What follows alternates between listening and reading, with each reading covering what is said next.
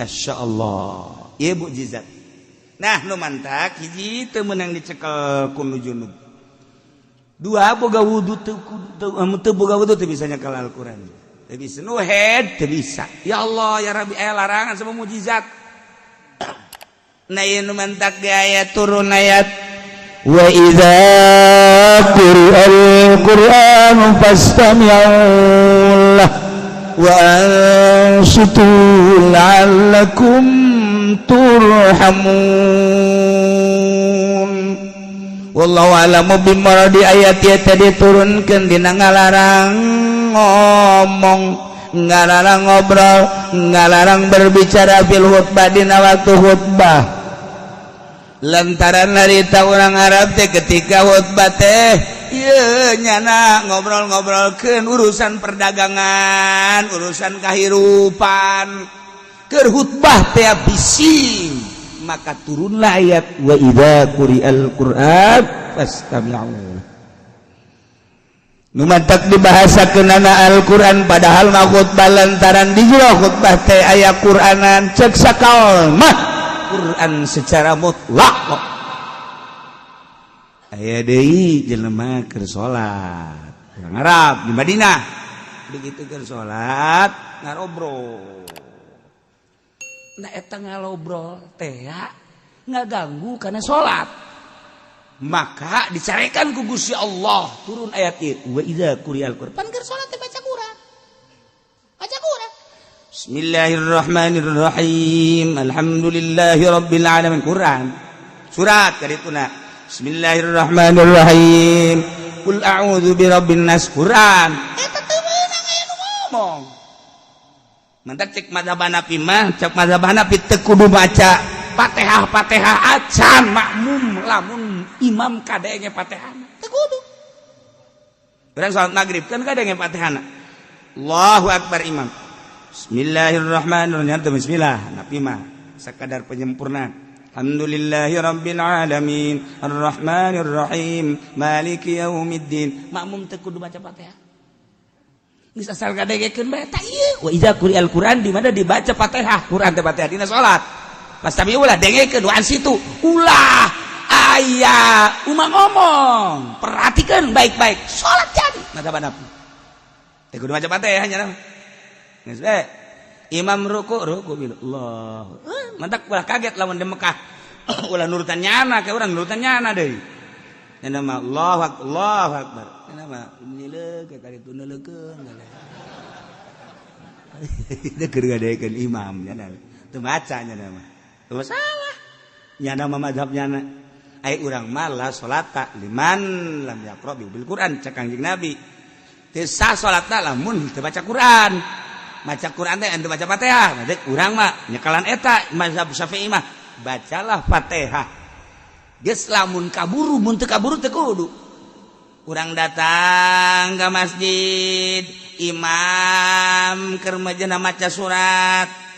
Pas maca suratna Nas. Qul a'udzu birabbin nas malikin nas ilahin nas min syarril waswasil khannas. Urang datang ka dinya. Allahu akbar. Alladzi yuwaswisu fi sudurin nasi minal jinnati wan nas. Kan langsung rukuk. Allahu akbar. Urang teu kudu maca Fatihah. Allahu akbar. Geus mantep, lu mantep kadatang ka di jalan terakhir wae.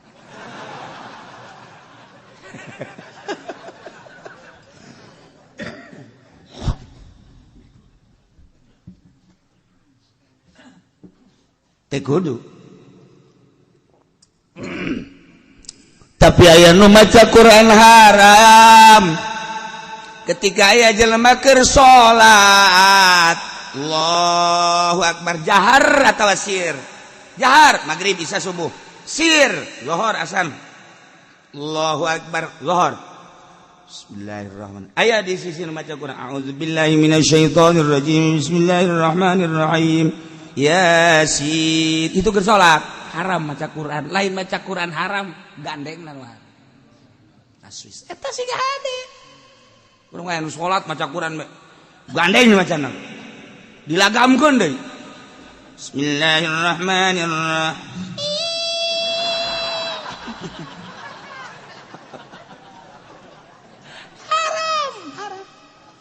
haram.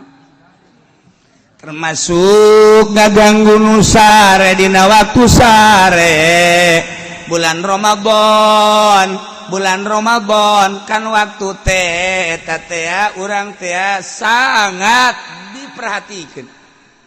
Maghrib langsung isya langsung taraweh. Tas taraweh perlu istirahat sebab mungkin jam 2:30 atau jam 3 udang. Berarti perlu sare. Ngaji Qur'annya na awong-awongan saat batur istirahat haram lain menang ngajar. Lain menang ngajar haram. Lantaran ngaganggu batur. Cak datang aduh tak budak bener ge tadarus. Adupan aing aduh. Ieu engke kudu hudang deui. Coba cak awewe mampu aing mah nya salaki sok yang diladenan heula. Nya engke mas. Leuwih berat awewe mah leuwih berat. Masya Allah, ke jam 2 kudu udang masak. Aja kita gandeng bede di masjid baca Quran. Haram eta kos itu teh. Masya Allah ya waktu-waktu teu meunang.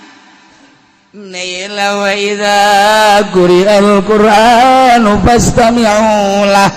Keur carita khutbah di mana-mana dibacakeun khutbah. Awas, dengekeun. Sehingga orang keur baca khutbah lamun teu ngadengekeun urang disiksa ku Gusti Allah. Bener kudu dengekeun pastami'u lah. Pan situ. Kudu perhatikeun bener-bener. Ulah-ulah ngobrol keur khutbah ieu, ulah-ulah ngobrol. Cak-cakan isyarah make ieu beta make jemari make curug. Haram. Dengekeun. Mata khutbah di dieu mah lain khutbah lugawi, khutbah na ieu mah khutbah syar'i. Geus lain ceramah. Ku ari khutbah dina Jumat teh di manaan ceramah itu salah. Eta mah khutbah syar'i, kelengkapan salat Jumat 2 rakaat, nu 2 rakaat zuhur teh dibagi 2 rakaat ku salat, 2 rakaat teh khutbah. Batak khutbahna 2, lamun aya jelema maca khutbahna hiji teh sah Jumatna. Pohoan misalnya alhamdulillahilladzi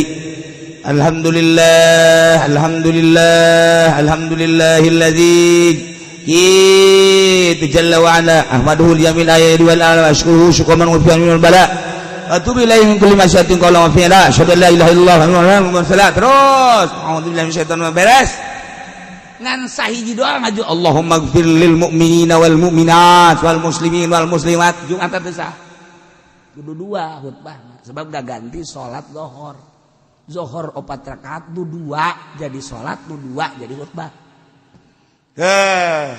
bisa anu hiji teu sah atau ngalantur jadi nak jadi khutbah lugawi ceramah teu sah atuh teu sah tah lain khutbah ceramah tah khutbah syar'i perlengkapan salat Jumat ieu dalilna wa idza quri'al Qur'an di mana dibacakan Al-Qur'an khutbah maknana pastami'u lah khutbah Jumat dengekeun wa ansitu nengleng teh cicing sebab ieu mah salat maknana khutbah eta maknana salat das lamun dibacakan saudara-saudara sekalian hari ini adalah hari kemerdekaan 17 Agustus dengan demikian marilah kita Agustus dibawa ke masjid tolol budak. Deh sakitu ana mah geus teu masalah lah. Maka kita tingkatkan KB keluarga berencana aja.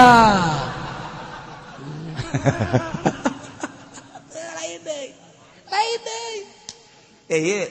Khutbah. Wa idza quri'al Qur'an khutbah. Di mana dibacakeun Quran ya pastami'u lah. Wa ansitu. Atau Quran secara mutlak di mana dibacakan Al-Quran dengekeun ulah loba omong lamun aya urang sunah kan neuk ngaji maca Quran heula sunah dina kitab Tambihul Muqtarin geus atuh Tambihul Qapilin nu mantak urang manggil qori ieu teh deuk ceramah manggil qori hukumna sunah memeh pengajian maca Quran heula. Bacakeun Quran. Urang dengekeun. Lupa tali jeung pengajian. Tali jeung pengajian ieu teh deuk pengajianana muludan. Oh, berarti wa ma arsalnaka. geus ledeg da marsalna. Ah, ieu Rajab subhanallazi asra. Oh, ieu teh ada pertikahan wa min ayatihi. Eta sunah. Os kitu. Surang dengekeun ulah ngarobrol. Dengekeun ieu teh kan mukjizat. Masyaallah, lamun mukjizat geus dibacakeun haji urang ngalantur berarti urang kahijab antara urang jeung mukjizat. Ketika mukjizat asup set ka diri urang ngadengekeun, asupna ka mata nundutan. Berat teh mukjizat teh.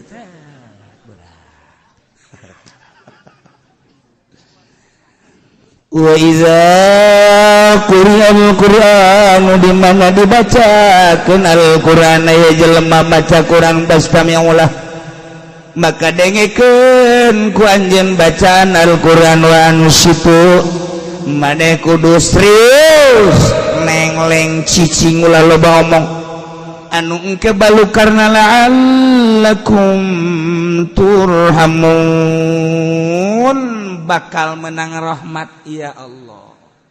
Mukjizat atuh. Kuari mah maca Quran teh kos kitu. Kori kurang bagus. Ma arsalnaka illa rahmat. Turun. Banyak mustame kos kitu. Di Quran. Sakumaha naon? Aya kori kurang bagus. Turun. Namun bagus, loh.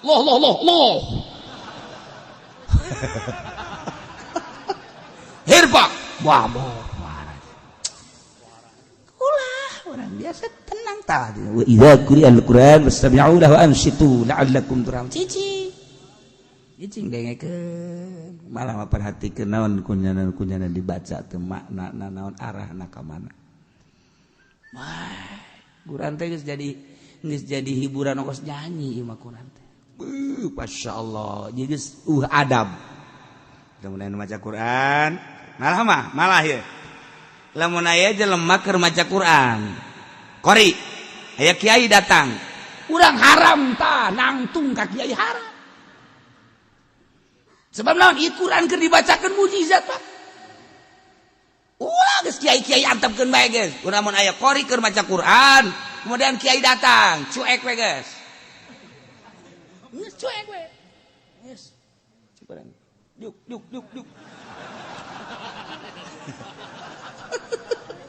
Ulah larang nggih. Atuh berarti kan muliaan mana Quran jeung kiai. Teu jauh belum ke mana-mana. Ulah geus antepkeun. Mantap kiai nu bagus lamun keur aya maca Quran ulah ka kadinya cicing we kiai.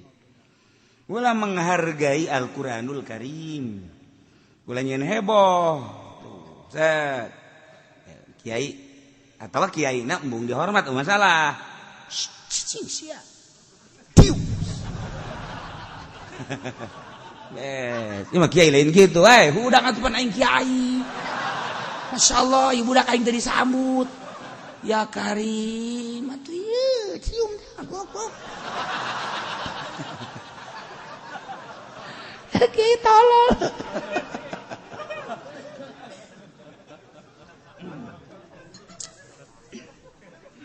Wa rabbaka fi nafsika tabarru'an wa khifah.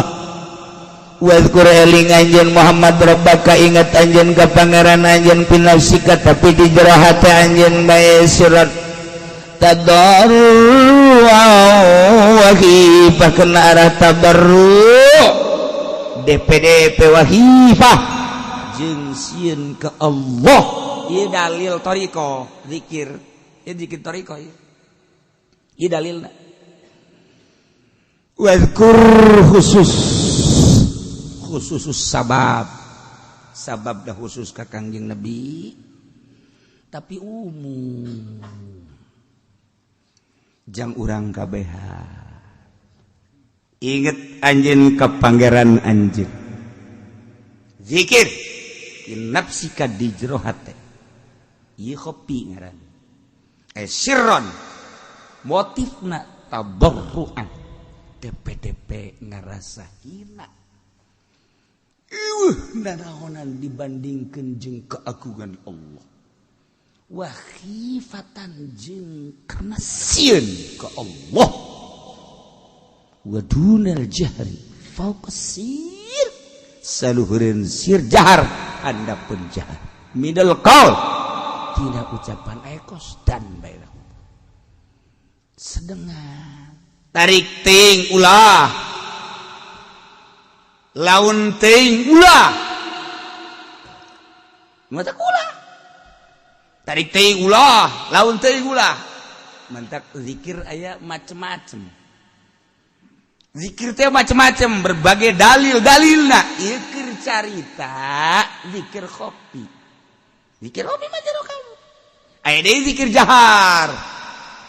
zikir jahar tergantung kumaha nu mawana dibawa di Baghdad ke Indonesia numawana di antarana salah satu dari para wali songo Sunan Kalijaga nu aya di urang Yusuf nu aya di urang kitu Ahmad Khatib Sambas Kalimantan Banten Syekh Abdul Karim Cirebon Syekh Hasbullah terus kitu ke Madura.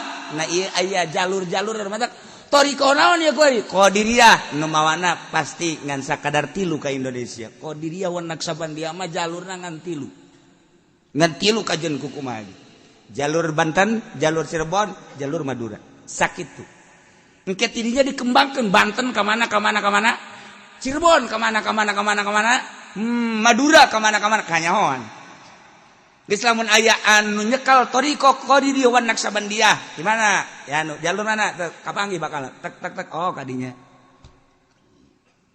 Banten ka mana ya anu di saha ya anu oh kanyawan deg geus lamun cara pencak kanyawan carana kos kitu kajen ku kumaha nah lamun dia Khalidiyah nu mawana pasti ka Indonesia pasti eta geus kanyawan kurang jalur Khalidiyahna di mana ieu Sumatera eta berarti kieu lamun ieu Satoriyah kanyawan nu mawana eta geus ngembanglah kurang Jawa Timur Jawa Tengah Jawa Barat mun di urang teh mah bakal kanyawan jalur mana teu teu kanyawan mantak aya bae mutamar thariqah supaya mutabaroh jalur-jalur kanyawan ketika aya jelema ieu nu rekat teh thariqah wan Naksabandia kok kieu lain deui mah ieu lain deui pembawaan thariqahna gimana ya selidik urang pasti putus guru wajen kuku mah putus guru kajen kuku mah lain kitu urang dek Naksabandi bae Bahauddin An-Naksabandi Uzbekistan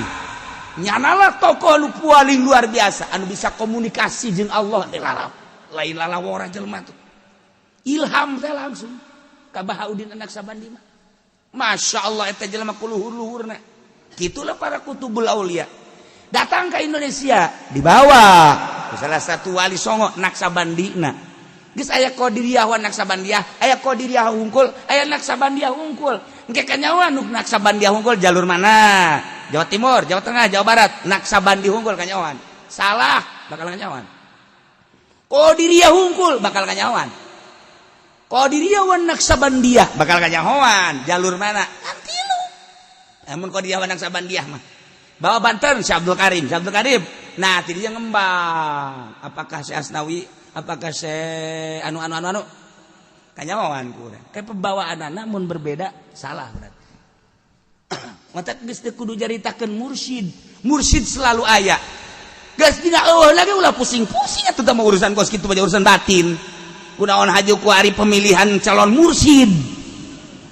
Ya Allah tuh mending diganti sakalian si aku haji mursyid. Teh kudu dibingungkeun. Nu geus kitu mah tah urusan batin. Engke ge aya sorangan tah mursyid mah. Ya Allah ya Rabbi. Nah, ieu mah carana engke. Urang teh aya thariqah Qadiriyah wan Naksabandia ka Indonesia dibawa ku Ki Abdul Karim ka Banten ti Ki Ahmad Khatib Sambas. Ahmad Khatib Sambas teh boga guru ngaranna Syekh Samsudin teh boga guru ngaranna Syekh Murad dan lain sebagainya dipadukeun ku Ki Ahmad Khatib Sambas Qadiriyah jeung Naksabandia kan Qadiriyah mah jahar la ilaha illallah ai Naksabandi na kopi peureum dihijikan ku Syekh Umar Khatib. Ternyata hasilnya luar biasa. Lamun katakan pohara dibawa ke Indonesia, dikembangkan di Indonesia. Nah kuari mah keur carita ieu urang kuari kunaon si teu ngageser hate urang. Kumaha maksudna teu ngageser?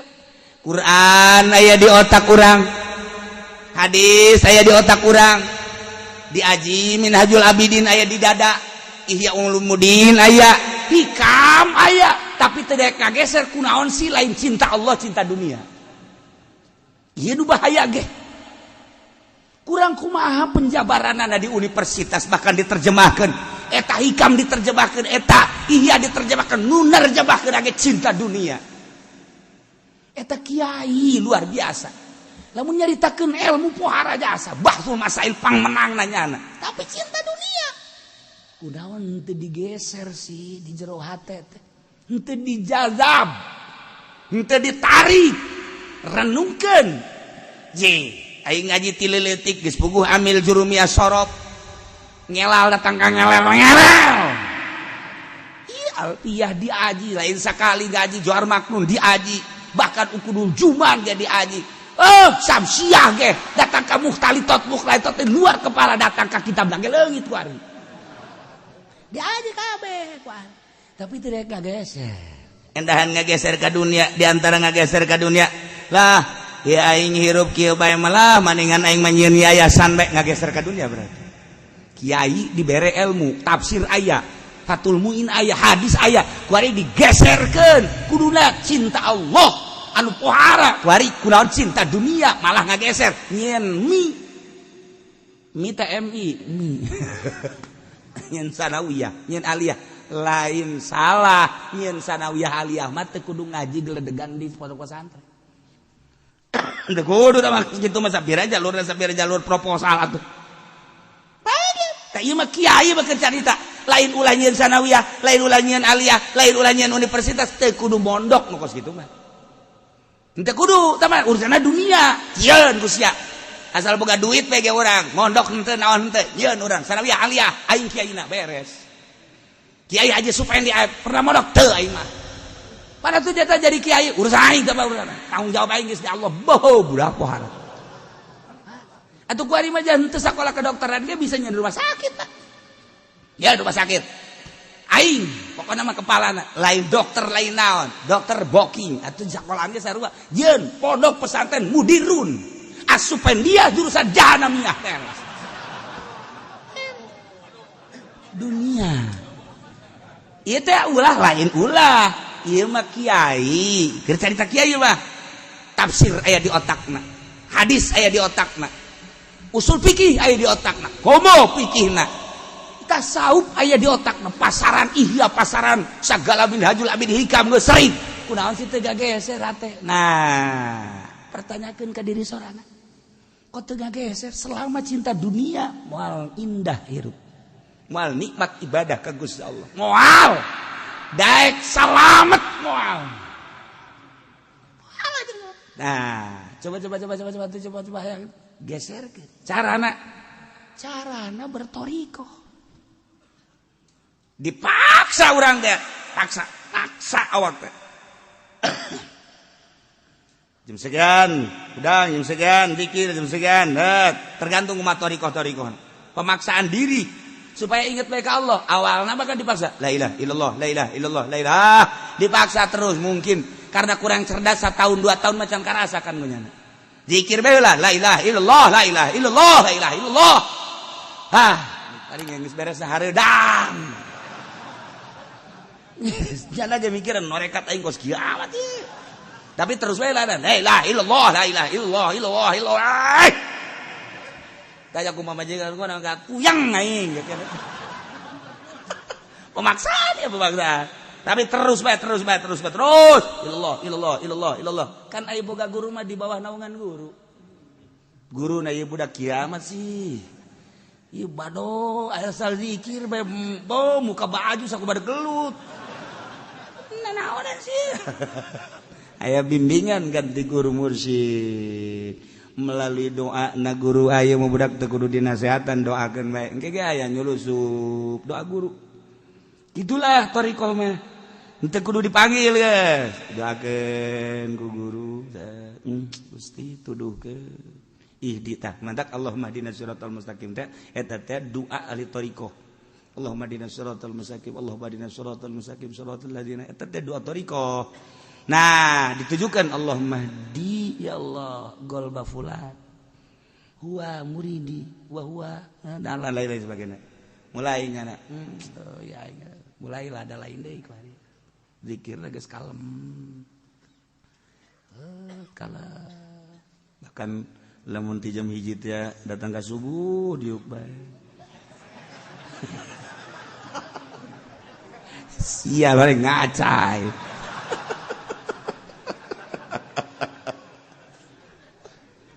pemaksaan thariqah teh pemaksaan ngan kudu aya kesiapan di dirina mun can siap ulah siap ditinggalkeun dunia ieu mah norekat teh aku guruna geus ya lamun nyekel tarekat ieu insyaallah sugih ge eta guru gantung guru kos kitu mah tarekat sih kadur ya goblok ta guruna tarekat mah sia rek narekat berarti ka Allah siap sia ninggalkeun dunia mun ngawarung sia abruk daek sia ieu ka ulah tarekat sia kos kitu tarekat sia itu tarekat dari ka Allah secara mutlak beres ninggalkeun dunia segala warung segala sawah segala perusahaan titik ya saya tinggalkeun deuk ka Allah. Pada Allah mah lain kudu lempang. Emang Allah aya di gunung. Emang Allah aya di Bandung lain. Teu perlu lempang dekat Allah mah tidak diperlukan jejak-jejak untuk sampai kepadamu ya Allah. Sebab engkau bersamaku.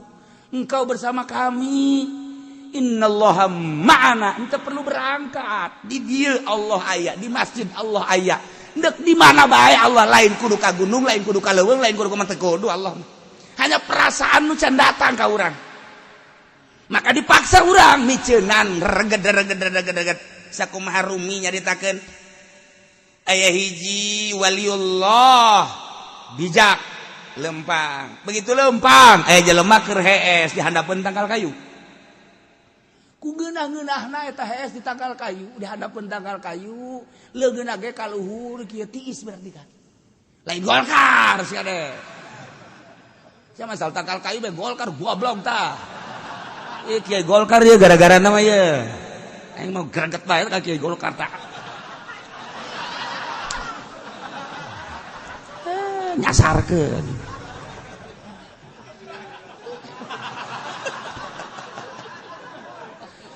Iya. Calangap KS-na calangap. Calangap. Kadeuleuan ku kiai tersebut aya oray asup kana sumutna. Ya Allah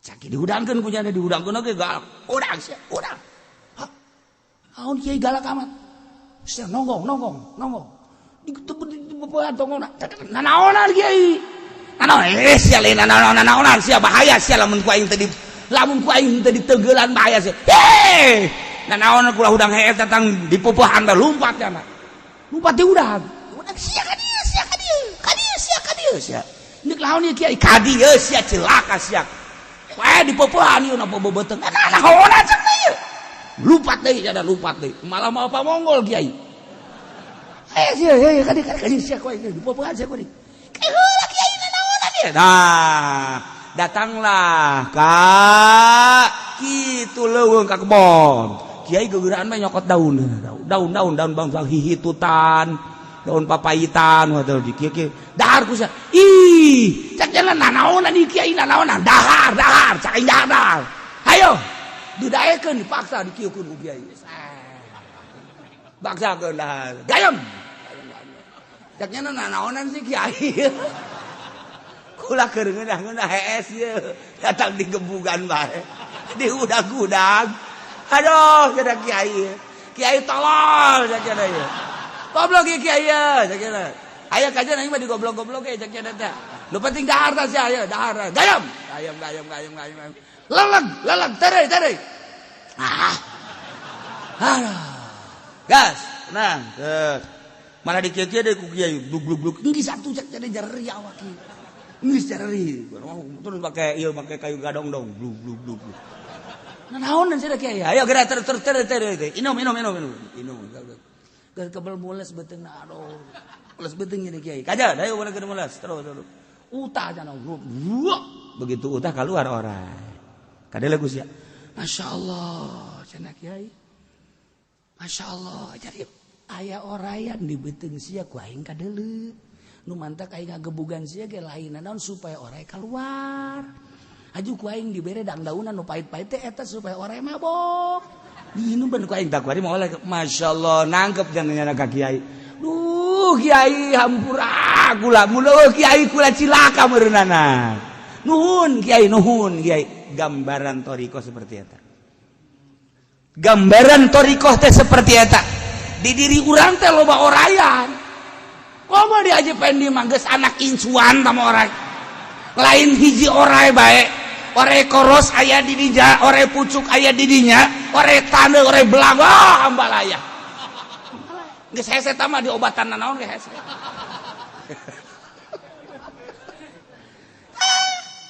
Gambaran penyakit hubud dunia, hubur riasa, hubul jah eta adalah oray-oray anu kudu dikaluarkeun teu sambarangan ngaluarkeun anak. Sakumaha tadi dek kaluarkeun oray hiji bae ge make kudu dibueuh ditenggeulan sagala dibere tekara kaluar.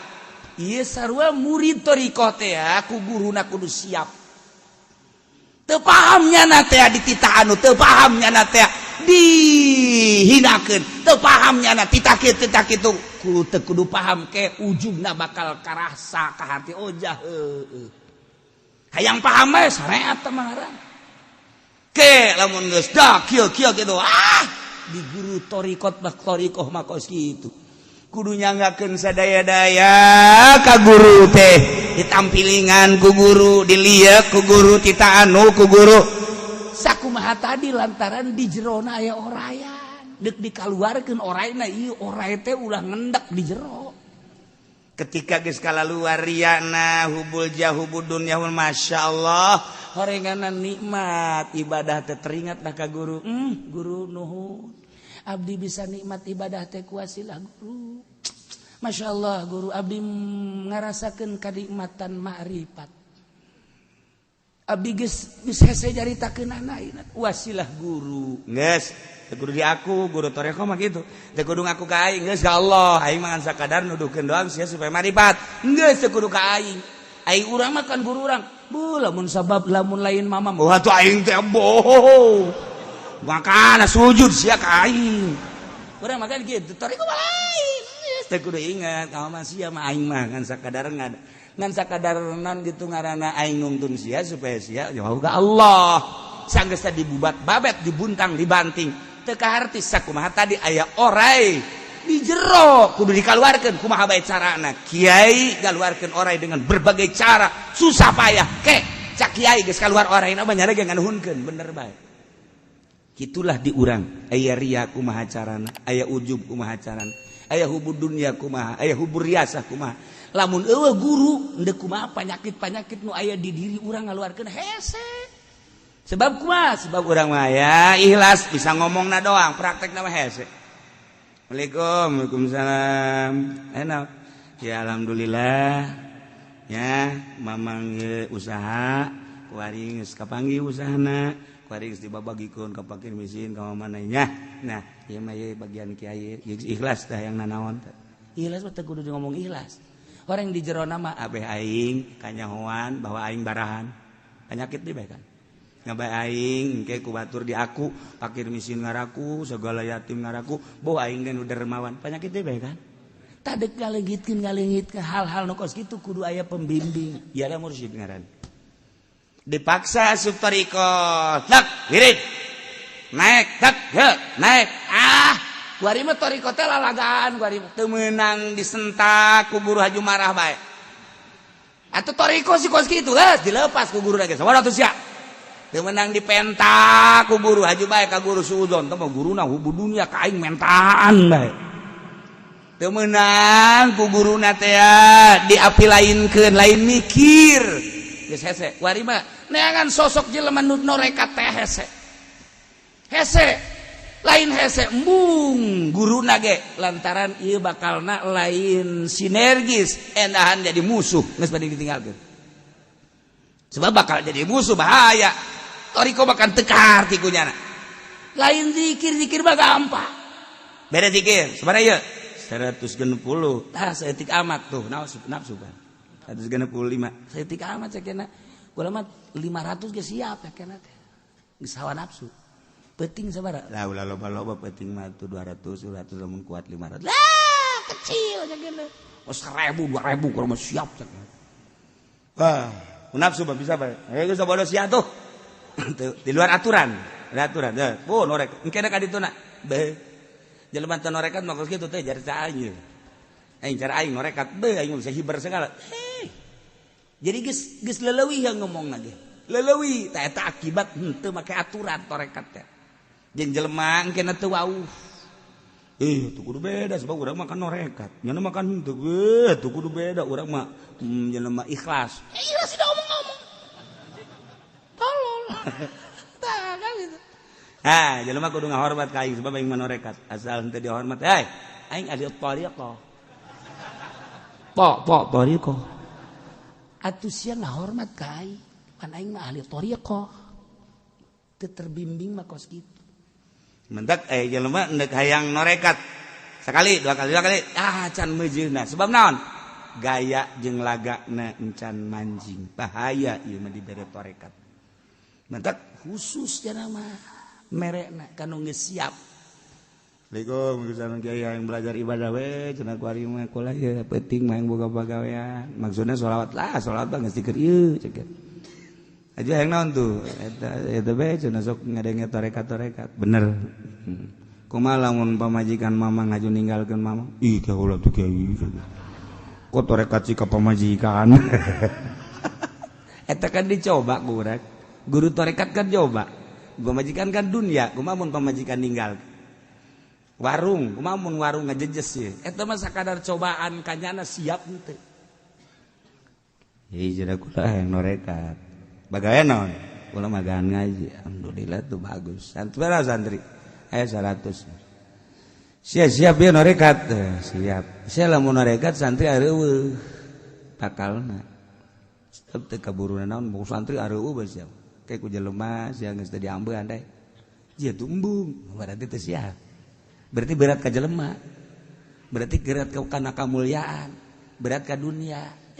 Tarekat. Ulah rek norekat kiai. Kumaha teh lamun warung si ambruk kajeun kiai, lamun kuari ge ambruk ieu. Kuana mah geus disakabariankeun bae teh kan. Kumaha sia lamun ke sia haju imah leungit, kula can boga imah. Can boga imah. Wah si haju lamun kabogoh lamun pamajikan si haju indit kula teu laku-laku kiai can kawin datang ka kuari teu laku kuari perusahaan sia naon teu usaha kalau sebatang kara sia bener nek norekat bener sia lain nek norekat ieu pelampiasan mah kos kitu terjadi norekat mah ilmuna secara syariat geus aya jang ketika ieu sah teu kudu nanyakeun ieu teh batal teu kudu nanyakeun malah mun aya batur nanyakeun bag-bagan syariat kunyana bisa kajawab besinyana engke diangkat jadi wali batur naranya bisa ngajawab mah nya aya wali engke bodoh ji syariatna heula nomor kedua geus kudu siap ditinggalkeun ku jelema sebab teu dimaksud jelema mah andai kata jelema ngusir nyana atuh siap bae sanajan anak pamajikan ngusir ge eueuh masalah sebab deka Allah andai kata kasalahan persepsi pamajikan jeung anak teh lain deui cara Kangjeng Nabi Lut pamajikanna beda persepsi kajeun kukum aing mah deka Allah usir aing ku sadunya aing deka Allah aing mah supaya boga perasaan aing hiji ka dua Allah sakitu hirup andai kata ieu kabeh bencomo kajeun asal ulah ku Allah. Andai kata ieu dunia leungit kabeh kabeulem, ulah wah ka dunyana aing ge kabeulem ridho mun ku Allah. Beres. Wah sia beneran atuh beneran. Beres. Nantak moal sieun ti penting ge. Ti penting zikir jam 1 jam 2 teh aya nu paeh teh pocong aing teh sieun ka sia pocong. Paling muringkak bulu doang. Teu sieun. Aing mah hayang ka Allah. Sia kudu ngaganggu ka aing. Ayo sia ganggu aing mah moal sih. Ka Allah. Aing wani ninggalkeun pamajikan. Aing ninggalkeun anak. Pamajikan aing kurang kumaha, tapi aing pindah heula aing ka masjid. Eta teh aing teh ka Allah. Aju sia ngaganggu ka aing. Ya, awas ya ku aing. Sieun kunti anake mohon maaf. Sieun atuh lamun urang kadelesian kunti anak. Ini mah bohong-bohongan ya. Mau ke Allahnya bohong nih ya katanya. Ya, gua ganggu lagi nih. Ntar ada bapak gua yang lebih hebat lagi ya. Ini mah gua mah belum seberapa. Ya, datang bah sini bah sini. Ini ada orang harus diganggu bah nih. Sama saya mah kurang takut ya bah. Coba sama abah. Iya. Abi lamun geus kalah. Anak incu sia 7 turunan datangkeun ka sia jurig sia goblok. Je. Cak jurig teh kontesian sih sesama jurig tidak takut. Belum tahu kali lu. Gua kan raja jurig. Terima kasih ya. Kasihan hiji Allah. Karak. Wanian nyana ka gunung sorangan di luhur gunung kasihan sebab dekat Allah. Wanian nyana ka leuweung di leuweung sorangan teh sieun sebab dekat Allah. Lamun geus hiji doang Allah. Karak orai datang ngahareup salam assalamualaikum ya wali Allah. Leos. Kedatang monyet assalamualaikum ya wali Allah. Datang gajah tulalena kayak gituan. Assalamualaikum ya wali Allah. Datang mau assalamualaikum geus kabeh ngaku kabeh tatangkalan teh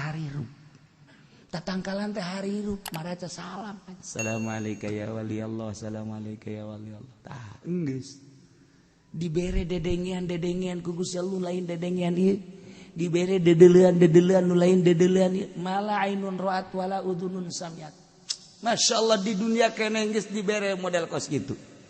Nges dibere ku Gusti Allah kumaha hayang kun fayakun Allah dibikeun ka nyar hayang naon sebab anjeun geus bebeakan ibadah ka kos kitulah carita waliullah sakadar wali aya wali di urang nu geus jelas kembangkeun ilmu-ilmu kewalian adalah para wali di samping eta loba keneh terus datang ka kuari ilmu kewalian teh masih keneh aya.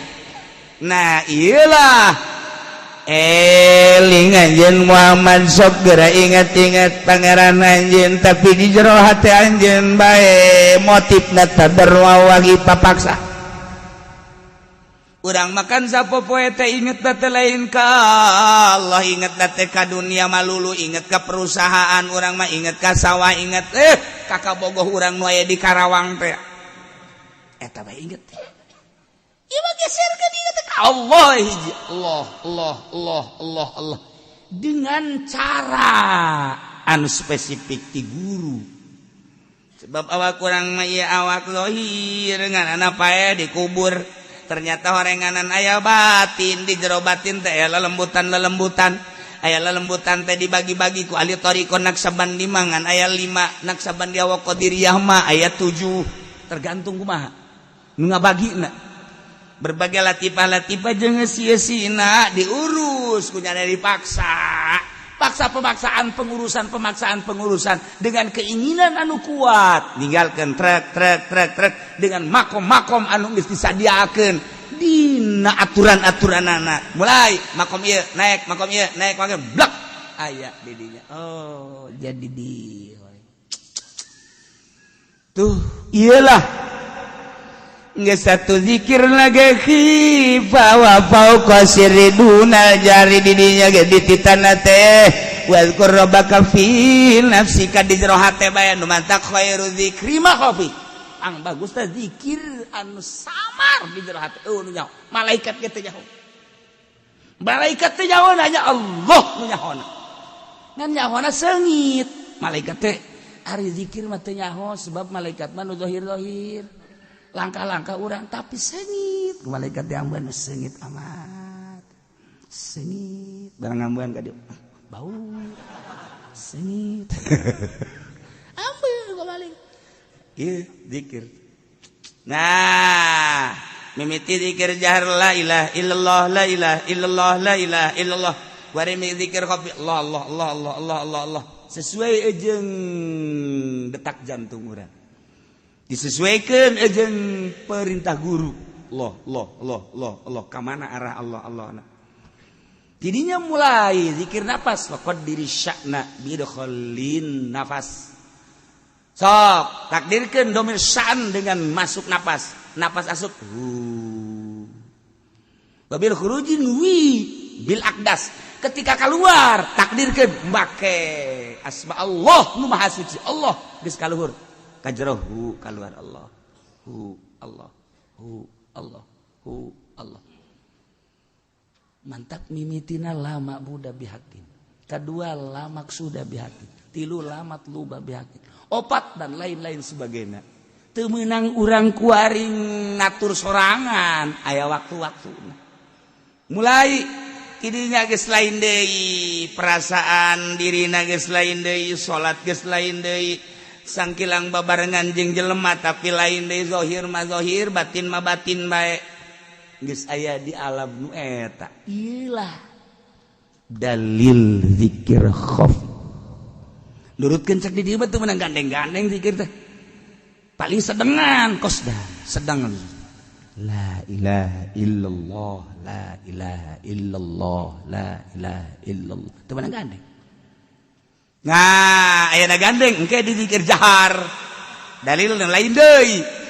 Maka diatur ku ahli thariqah ti mimiti zikir jahar datang ka zikir khafi dakar ka qadiriyah wa naksabar dan berbagai-bagai zikir sarua dek usul ilallah hayang menyerupai malaikat. Mantak cak di dieuna bil guduwi wal asal wala takum minal ghafilin. Ulah rek paraho maneh ka Allah tina zikir ka Allah sapak sakit. Saya punya hutang sama orang tua tanpa diketahui oleh kakak dan adik saya. Sebelum sempat bayar, kedua orang tua saya telah wafat. Bagaimana cara saya membayar hutang tadi atau harus diserahkan kemana? Gampang, kadiekeun bae ka aingkeun. Ahli waris tuh lantaran eta termasuk tirkah.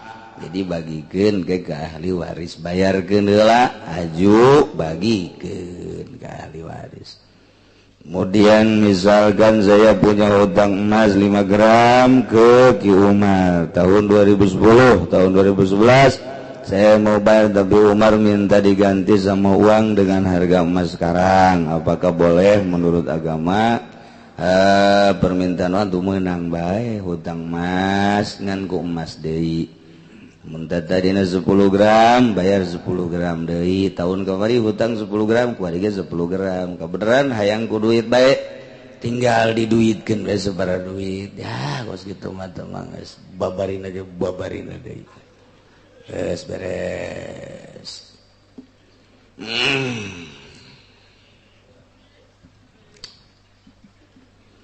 Urang nuluykeun masalah soal nafkah. Sarwiti kawin jeung Ki Zaid guari boga anak ngalahirkeun Sarwiti.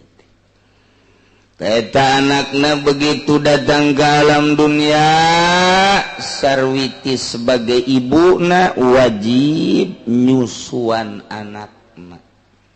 Sakali deui. Walaiha wajib kanyi Sarwiti irdo waladiha nyusuan anakna Allah ba'akana susu pertama lantaran susu pertama etalah anu bakal ngajadikeun kekuatan kasih bayi. Maka wajib nyi Sarwiti nyusuan anakna anu pertama wajib tah. Borosot adanan sunah ku bapana katuhu adanan kenca komatan supaya nu pangheulana kadenge kunyana ulah suara televisi ulah suara HP jauhkeun HP besi keur borosot nang ninung nah kadenge oh iya berarti ulah jauhkeun tina suara-suara kitu azan Allahu akbar ngadengikeun orok teh oh sakieu ge urang diazanan nonton TV bae komo menteri azanan meureun baheula masyaallah tah beres pandian atau geus si pandian azanan si orok dibersihan langsung susuan ku cai susu nu pertama laba ngaranna eta lah anu bakal ngajadikeun kekuatan kanu jadi anak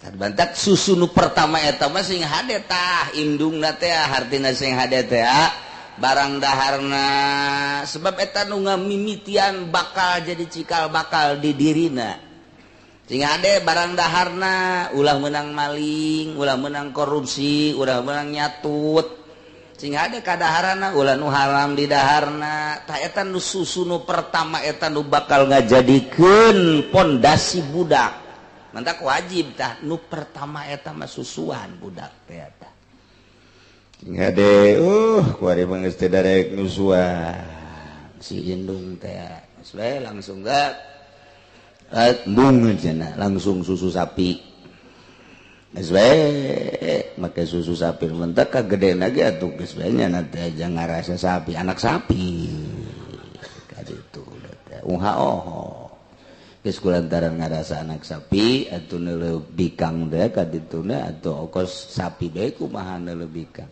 main ceklak bae eta gara-gara teh disusuan ku indungna akibatna nyana neuleuh mangsana teh sakumaha sapi bae geus eueuh kaisin tadina teu disusuan ku indungna wayahna sakali deui ka indung ieu mah salah salaki mah teu kudu nyusuan teu kudu nyusu malah mayung mah kuduna ka indungna wajib nyusuan anakna begitu borosot lahir wajib tah si indung nyusuan anakna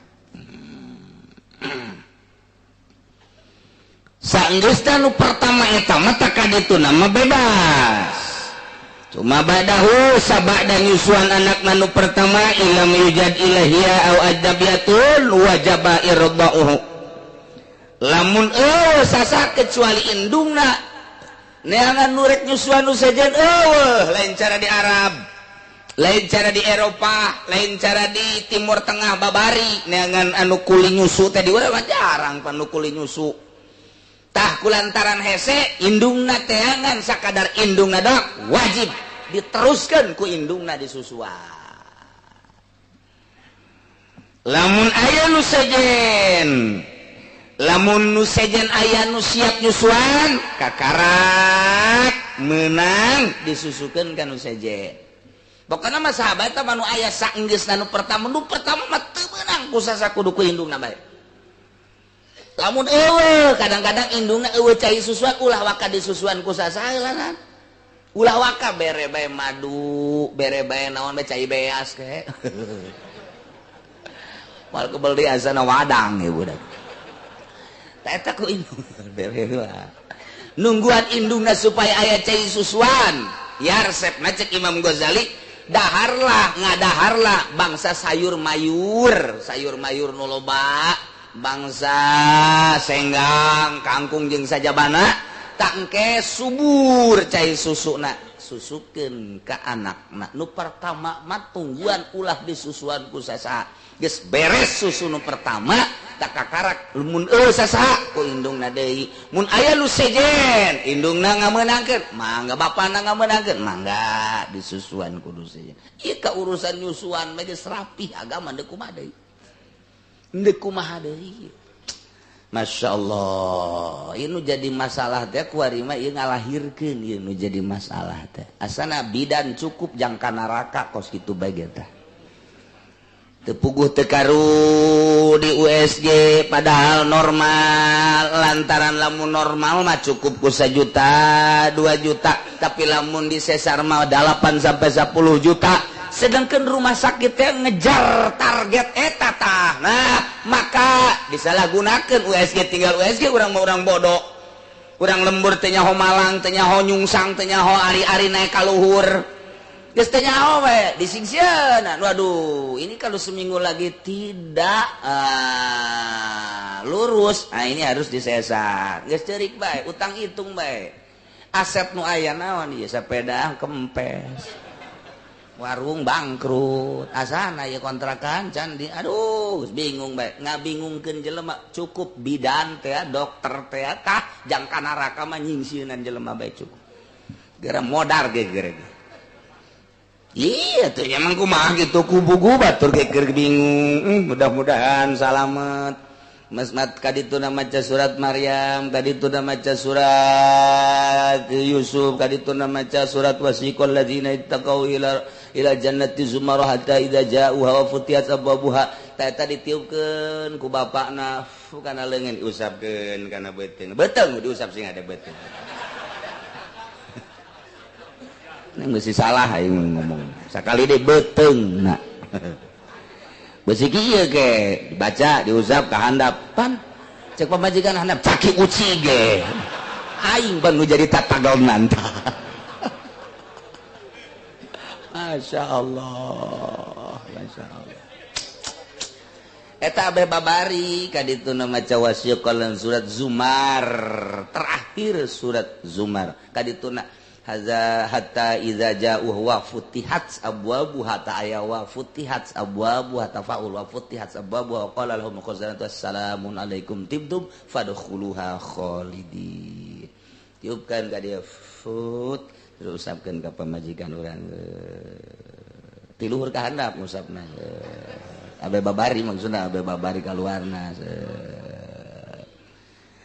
baca deui bismillahirrahmanirrahim siyaqal ladzina taqaw ilal jannati sampai tadi fadkhuluha khalidin tiup usapkeun tuh jampena babari mah USG gitu dia USG. Waduh ini tali ari-arinya di atas ini disingsieunan kecuali serius masalah guys tapi ieu 99,9,9 deui nyingsieunan wayahna lah coba urang sambil neangan duit sebagai dokter sebagai bidan sambil urang nulungan Allah maha uningan malah mah kudu cara madukun baheula manok bagus jasa ieu mah geus tenang bae masalah ke disangsurkeun ku umat dilempengkeun eta ngangeunaheun kanu hamilna ulah boga pikiran ku manok ya ieu mah geus bagus jasa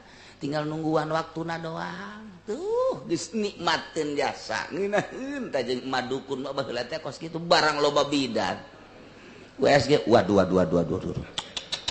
waduh ini mah udah kalau enggak besok ini bahaya udah saya sarah aja disingsieunan geus sababaraha macemnya sieun nya teu boga duit kapan geus macem-macem jasa ta eta teh nyingsieunan kitu teh doraka gitu. Masyaallah na di akhir zaman mah beuki canggih beuki sararieun baheula mah madukun diusapan digedog diluruskeun masalah nok di meja bagus padahal mah aya masalah tetep di bejana masalah ke ku emak dibantuan mana salah kina ditangahejeun pamajikan anu ngalahir salakina anu ngaheujeun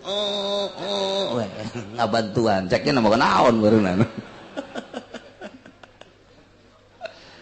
kos kitu jadi tenang madukun baheula dukun paraji nenangkeun entek tara renang bae masalah kuari mah disesar mikiran anak kedua aduh anak pertama ge disesar rempan jeung anak kedua ieu kumaha tuh loba kuari anu kabingungan masyaallah mudah-mudahan dokter-dokter jeung para bidan-bidan dibere hatena terbuka ku Gusti Allah sehingga bisa nganasehatan ka pasena bisa nenangkeun ka pasena bisa digawena sesuai jeung aturanana sehingga menang ridho Allah subhanahu wa ta'ala ngeunaheun biasa muncak bidan teh ja bagus nanaon geus iraha mules gara datang bae geus ka dia can mules mah teu kudu kitu pan ngeunaheun tah ke bae cuma lain ini harus segera wah ini bahaya cek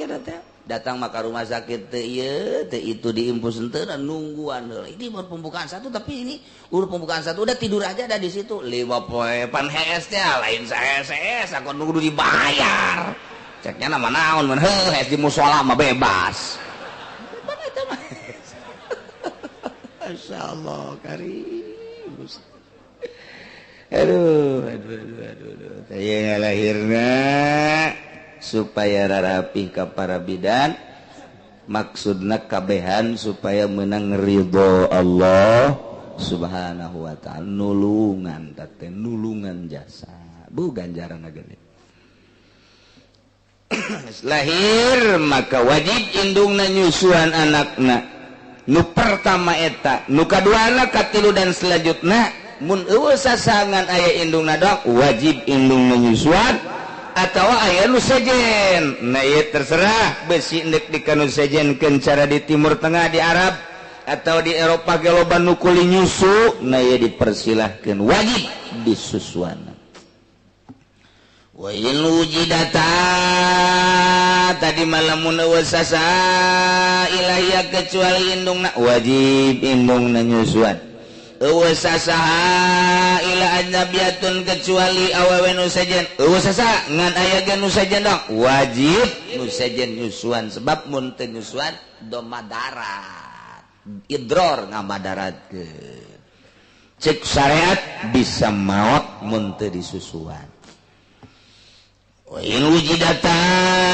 lamunnya indungna aya nu sejen ge aya nu siap nyusuan lam tujbaril teu meunang dipaksa indungna kudu nyusuan nu penting mah budak aya anu mangnyusuankeun teu mesti indungna bae kabeneran indungna dilarang mah ku salakina aya tapi nu nyusuan nu sejen neng ja aya ieu tuh nu nyusuan nu sejen neng mah ulah nyusuan pan kunaon kitu Kak osok bedek bedek ada udah burat teh gitu asal tak nyusuan we gua sakumaha urang Turki nah di dele-dele teh waduh tama tuh aya 2 letreun mah da ulah nah eta lamun dilarang terserah lamun atuh ngobrol-ngobrol atuh ulah susukeun ka batur alsi aya mah tapi lamun eueuh nu nyusuan ba nu sejen haju kitu aya ge indungna doang teu meunang dilarang-larang mun aya nu sejen teu bisa dipaksa indungna teu meunang endek bae mangga henteu bege masalah bayeun rogibat wa yaman gua tu abi mun nyanana hayangeun si indungna nyusuan sepisan ka anak rasa deudeuh rasa cinta sedengkeun indungna teh termasuk nu ditikah ku bapana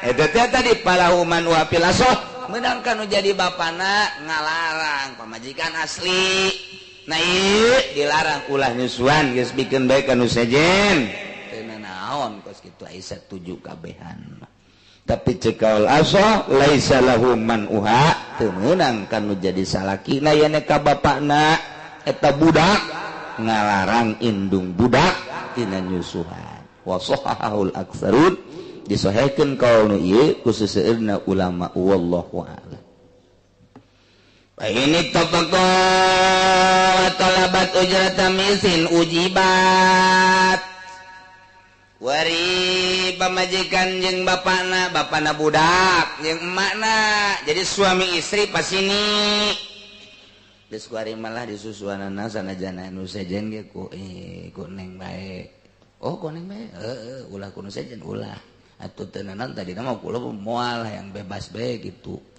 henteu lah ku neng bae susuan cek salakina teh cek pamajikanna teu naon ngan kurang mah bayar heeh sabaraha tuh bayarna teh eta teh sapoe teh kudu dibayar 50.000 eta harga biasa eta 50.000 teh harga biasa cek salakina lamun sapoe 50.000 10 poe 500 sebulan 1,5 juta kan pencit bae aing atuh tadi mah mun 1,7 50.000 bayar non gitu kan eta murah eta sakitu teh 50.000 aduh tawar atuh tawar jadilah 40.000 sapoe teh hayang dibayar si pamajikan anak nyusuan anak teh nu tadi naja aya ieu batur mun batur mah tetep teu dipasinikan wajib disusuan ku manehna ieu lantaran aya batur nu siap diburuhan eta teh meunangkan dikabaturkeun ku ari mah ditita ku salakina geus bae ku neng melah ulah ku batur atuh teu naon tapi kula bayar sapoe 50.000 adu tawar jadi 40.000 wajib tadi bayar pamajikan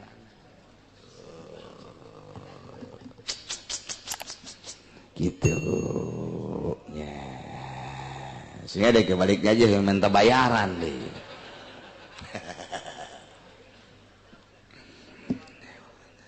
au fauqaha fala atawasaluhureun harga misilian saluhureun biasa kebiasaan awewe buburu teh buburu nyusuan 50.000 sapoe eta biasa geus bisa ditawar ke orang 40.000 iya bapak majikan anak yang dibayar sampai 75.000 atau 100.000 tak eta mah kekeh ulah daek nyusuan anak ya tapi bayar 75.000 oh ka 100 mah eta teu wajib dicumpuanan kudu jadi bapakna lantaran mahal teuing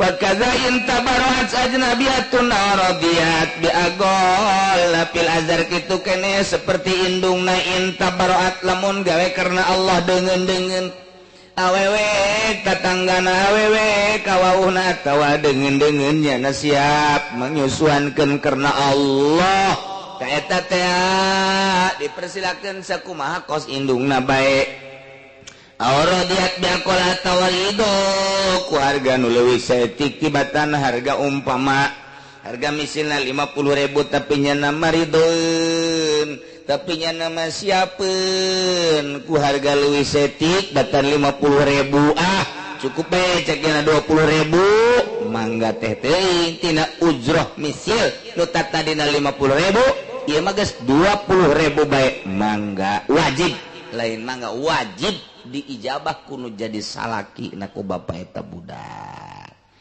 gitulah urusan nyusuan ya mantak urang ka pamajikan kudu bager lantaran pamajikan geus mangyusuankeun anak urang pamajikan atuh ka urang ka salakina kudu bager lantaran nyana diurus kuno jadi salakina geus silih bala lager mantak naon jeung moal kebeli di alam dunia mah geus lamun salaki bager ka pamajikan pamajikan bager ka salaki begitu maot ka salalorga kabehan pan indah jasa masyaallah coba mun salakina galak jasa jeung pamajikan nama sabar pamajikan anak ka sorga salakina ditinggalkeun ka puntennya kula mah ka sorga ti heula ji panatu sia meninggalkeun aing atuh bongan kakak baheula sok nampilingan kula ditumpakan ongko ditampilin ongko ban kula ayo mah kula mah jadi ditaka ditu ku malaikat ka sorga ji atuh kakak ditinggalkeun atuh kumaha kakak bae teh mah dadah cak pamajikanana bo budak didadahan ka sorga ih panung kabina-bina entak wayahna kanu jadi salakina bageran si pamajikan pamajikan ge bager ka salakina moal karabel deui urang teh bakal ninggalkeun dunya wallahu a'lam bissawab.